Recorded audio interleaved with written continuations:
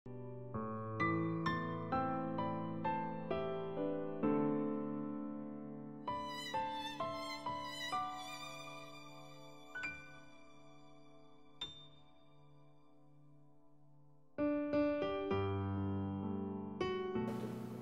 Bapak Ibu Saudara kasih, selamat berjumpa dengan kami. Renungan singkat mengawali aktivitas kita hari ini. Saudaraku, kita ingin menyampaikan renungan yang masih berseri dari kitab 2 Petrus. Kali ini sampai di pasal 3, dan saya ingin membaca ayat 8 dan 9. Saya beri tema kesabaran Tuhan demi memberi kesempatan. Demikian firman Tuhan.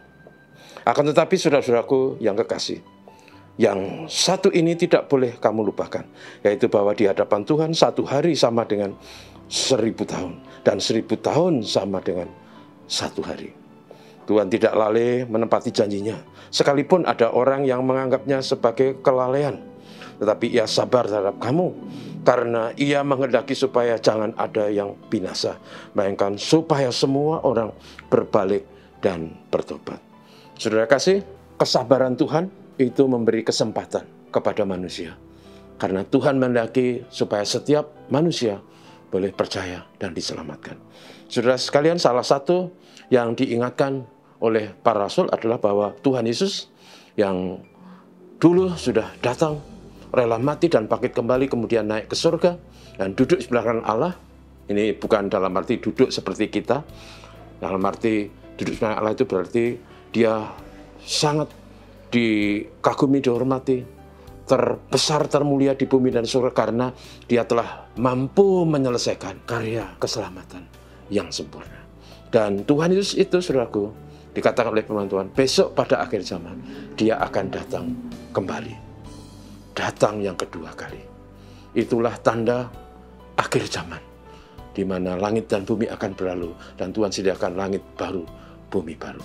Nah, saudara sekalian, sayangnya banyak orang yang tidak percaya dan mencemooh kapan datangnya.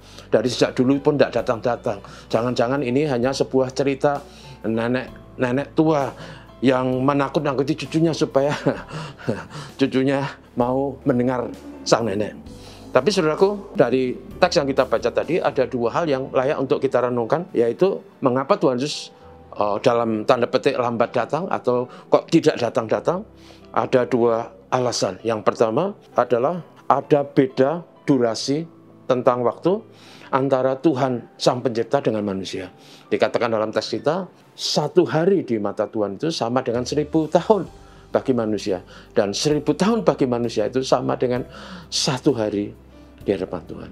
Jadi dalam hal ini memang Tuhan tidak seperti kita, kok lama banget. Tidak, karena Tuhan punya perspektif atau durasi waktu yang berbeda. Dan karena itu Tuhan sabar. Yang kedua, bahwa kalau Tuhan tidak datang-datang itu alasan dari teks yang kita baca adalah karena Tuhan ingin memberi kesempatan kepada manusia. Kalau Tuhan belum datang itu berarti kesempatan masih diberikan supaya orang percaya sama Tuhan, bertobat dari dosanya dan menata hidupnya dengan baik dan benar, sehingga manusia itu bisa diselamatkan sesuai dengan kehendak dan rencana Sang Pencipta. Jadi bukan karena rencana kedatangan Tuhan Yesus itu adalah sebuah dongeng, bukan juga adalah sebuah ungkapan yang tidak masuk akal, tapi itu adalah kebenaran firman Tuhan yang pasti akan terjadi.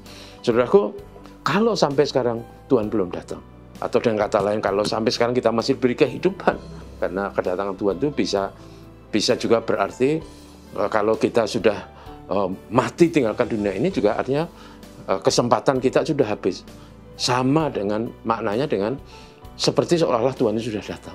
Karena itu saudaraku, kalau kita masih hidup, kalau Tuhan itu belum datang, itu berarti Tuhan sabar dan memberi kesempatan kepada manusia.